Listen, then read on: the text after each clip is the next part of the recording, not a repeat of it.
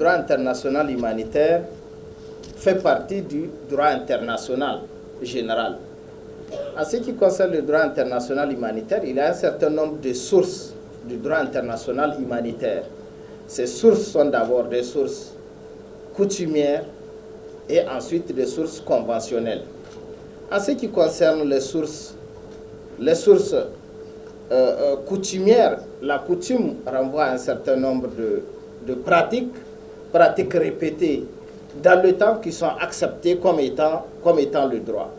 Et ces pratiques ont fait en sorte que depuis des années, depuis des siècles, les États essayent de se conformer dans le cadre des rapports de belligérance à un certain nombre de règles et de principes. Parmi ces principes, on peut dégager notamment le principe de la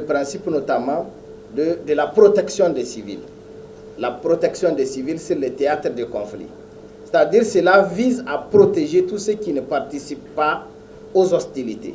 Et parmi ceux qui ne participent pas aux hostilités, c'est d'abord les civils, les hommes, les femmes, les enfants, etc. Ensuite, nous avons le personnel religieux, le personnel sanitaire, etc., les journalistes qui ne participent pas aux hostilités.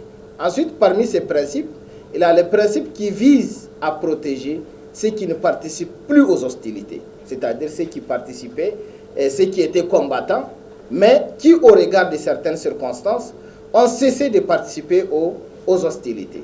Il s'agit notamment des prisonniers de guerre, des blessés, des malades, des naufragés.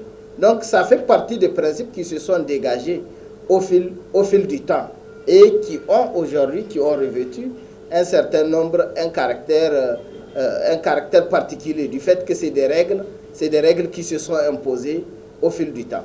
Ensuite, il y a d'autres règles coutumières qui concernent notamment les méthodes et techniques de guerre. Il y a des méthodes qui ne doivent pas être utilisées dans le cadre d'une guerre, comme par exemple les frappes contre les civils, l'utilisation de certains types d'armes qui sont de nature à pouvoir faire des frappes non discriminées, c'est-à-dire des frappes qui visent à distinguer entre ce qui est objectif militaire et ce qui ne l'est pas. Alors, en dehors de ces règles qui sont des règles coutumières, nous avons des règles conventionnelles. Alors, en ce qui concerne les conventions internationales, nous avons dans un premier temps les conventions de La Haye.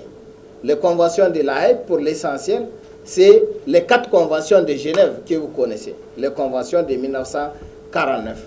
Alors, il y a donc la première convention qui assure notamment la protection des blessés, des malades et des naufragés. La 3e convention qui assure la protection des prisonniers de guerre.